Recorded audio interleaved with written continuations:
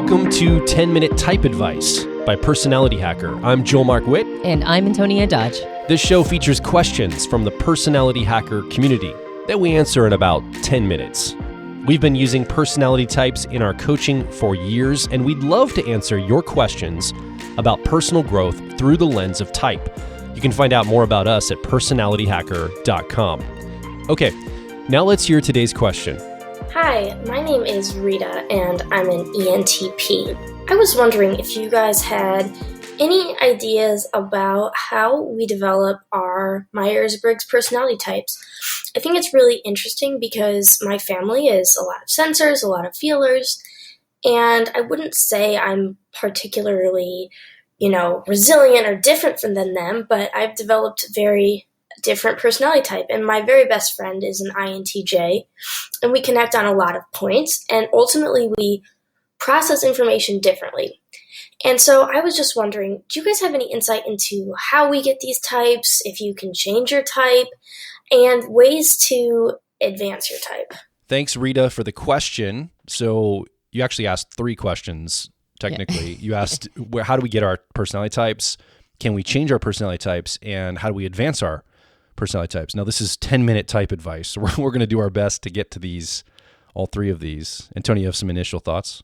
Yeah, so I'm going to knock out the easy one, the quick, fast, easy one of the three questions first, which is, can our type change? Yeah. Well, there's no definitive yes or no on that because we don't know. But the best information we have at this time indicates that no, our type doesn't change. But our relationship to our type does change over time. So it seems like we kind of come out of the hatch with our cognitive preferences, our pre-wiring, right? Our preferred cognitive functions is another way of saying it. And so really our goal is not to try to change our type, it's to develop our personality type to the best of our ability. Yeah. And that goes into the third question you asked, which is, can we advance our type, or what are some suggestions for advancing our type? And the answer to that is we build a different relationship to type than pure theory. We start operating it. We start implementing and taking the information that we get about our personality type and turning it into action. I think one of the first starting places is to say, I am not my personality type. That's just like a legend on a map, or it's a map itself, to say, this is how I show up cognitively, but I'm not these preferences. These are just things I prefer of moving through the world. So holding our type a little loosely, I think, is step number one. If we hold it too tight, sometimes we have this almost narrative of how we should be that we have to live to.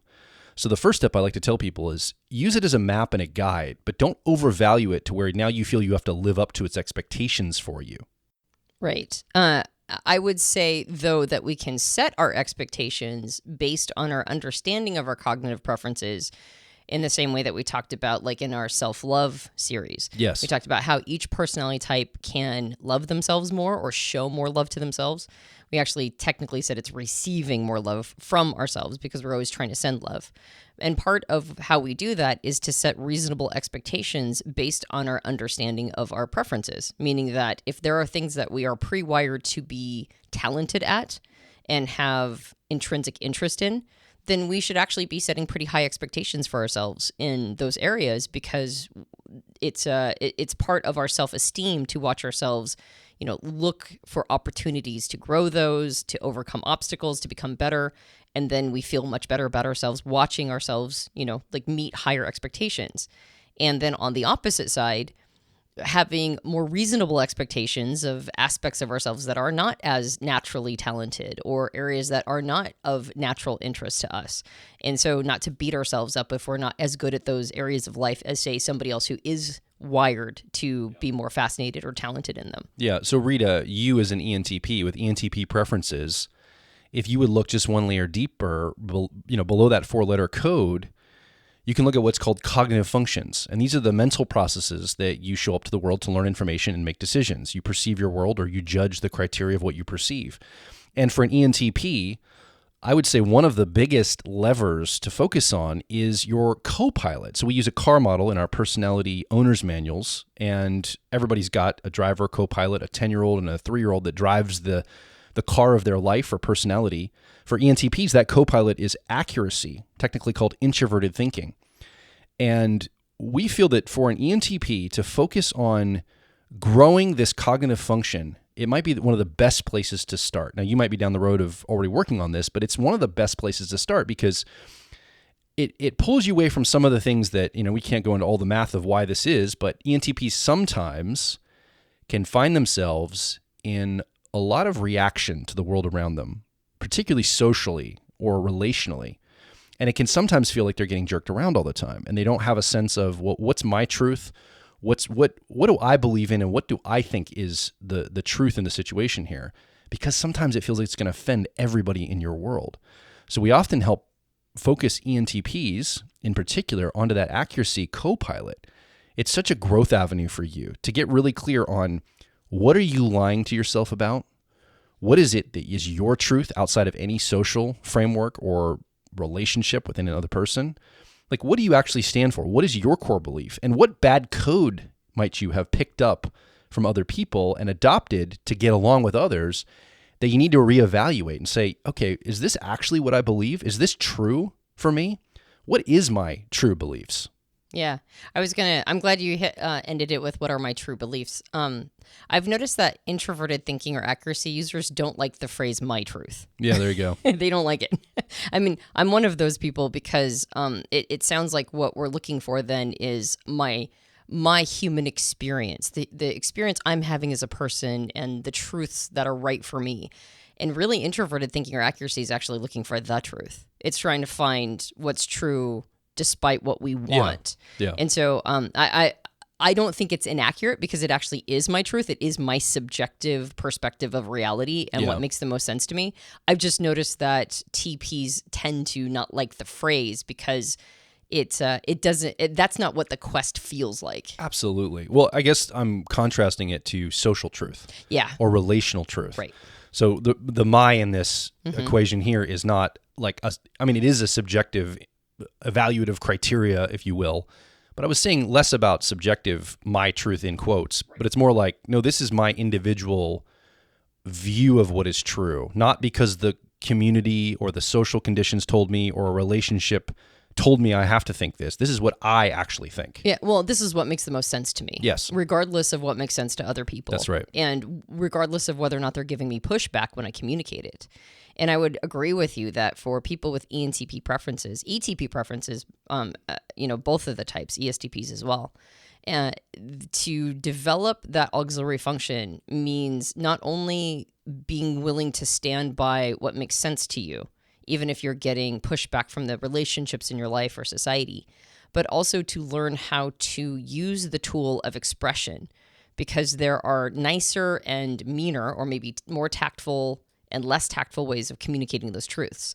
Now, if you communicate them and they need to be communicated regardless of the tact, right? And there are some situations that require that, then just saying it straight, no matter who ends up being part of the, sort of the detritus of the following war or battle, if that's what ends up happening, then that just has to happen sometimes. But most of the time, we can communicate the things that make sense to us that might be socially, quote unquote, considered socially inappropriate. We can find ways to say them that doesn't just disrupt relationships or make it a big, make it a big brouhaha. So there are times when you have to, and developing that function means being sensitive to the times when you do have to maybe drop a bomb, right? Because this is a situation that requires it. And times when you don't have to do that, when you can be a lot more tactful and say things in a way where people can receive them better. And so, and that means not too much, not too little, and having the discretion of knowing when. And I would say that even somebody who is currently working on this, that is a lifelong, that's a lifelong skill to develop. And there's a version of that for every type, that the co-pilot or auxiliary function, there is a lifelong pursuit in that function of getting it right. That I think no matter where you're at in your growth and development, you're always trying to make that, to have that balance. So for anybody, a really good start is the co-pilot or auxiliary function, which tends to trigger a domino effect. I would also say that 2 easy access points for an ENTP in particular would be to be more introverted, meaning find time for you to spend in the introverted space to look through the beliefs and the internal logic you have. That's really a great place to start, because often ENTPs find themselves in a lot of high energy. They have a lot to say, a lot to do. They're extroverts by nature, and so they like to move and do a lot of things in the world often and be very verbal. And sometimes slowing down and just not speaking and going into the inner space and really saying and sitting with, okay, what is it that I think? How am I thinking? Is my thinking clean? And how am I lying to myself? And that's the key question. That's the second thing I wanted to say is, before you start dropping, quote, truth bombs on everybody else, it's always good to start at home and do some self-parenting with this cognitive function of accuracy and say, well, let me sit, before I start correcting everybody around me, where do I need correction? Where is my thinking flawed? Where am I too emotional in my thinking? Or I'm taking too many of other people's opinions into the clean thinking. I need to get to more of an objective, or it's actually more disassociated from self. To your point from earlier, Antonia, this whole my truth part. If the truth is accurate, it's not really going to take your own feelings and your own impressions into account. It's going to try to disassociate from those and just look at what's true for its own sake. And so I think starting at home with yourself is one of the keys. It's a very easy place to start. Well, excuse me. It's a direct place to start. Yeah. It's probably a very difficult place to start for an ENTP. It's not easy for anyone to do this. Yeah.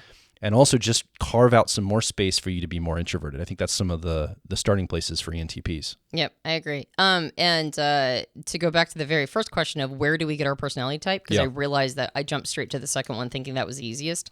But actually the first and second are related. Yeah. If you can't change your type because there's some information to indicate that we come pre-wired with it, well, then that answers the first question, which is where do we get our type? And the answer seems to indicate, the answer is the best information we have right now, which is still pretty paltry, but the best information we have right now is that we actually might be born with it. It may be genetically influenced. Yeah. So we get our type by nature, and we can't change our type, but we can change our relationship to our type through nurture, through our own efforts. And we do that by development and advancing our personality. And we do that by starting out with the kinds of tips that Joel just mentioned, which is focusing on different areas of your personality type to optimize them, build a good relationship. We talked about the co-pilot auxiliary because it's the leverage point, but then there's like a whole bunch of stuff after that too. Oh, yeah. So, but that's the best ways, in our opinion, that's the best place to start. Yeah, and I would say the EEG readouts are starting to show a map of kind of what we're talking about. It's hard, more things are hardwired, but they can be changed and flexed over time. And we'll continue to develop some of the content around that. I'd also recommend Rita or anyone else that's listening to this, an owner's manual for your personality type is one of the best places to start. You can go get one of those. We have one for all of the Myers-Briggs personality types, the 16 personalities, over at personalityhacker.com. Thanks, Rita, for the question. You can ask your own question about personality types or personal growth. Visit personalityhacker.com/questions. We also have programs designed to help you with your personal growth through the lens of personality types. Again, visit personalityhacker.com and find the program that's made just for you. My name is Joel Mark Witt. And I'm Antonia Dodge. Thank you for listening to 10-Minute Type Advice by Personality Hacker. We'll talk with you on the next episode.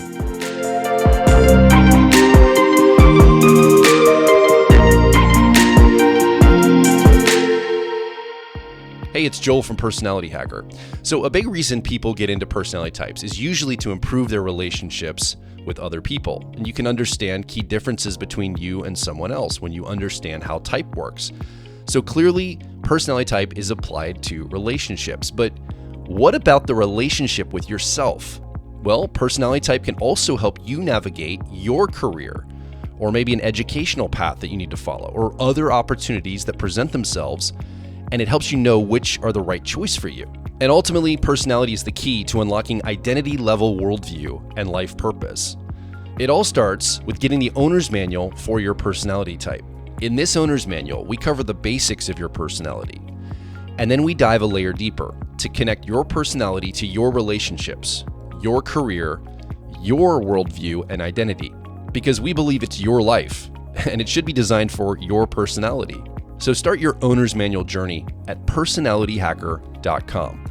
When you access your owner's manual, I recommend focusing on the ideal day exercise first, because when you start crafting your ideal day, you're being mindful about the type of lifestyle that you want.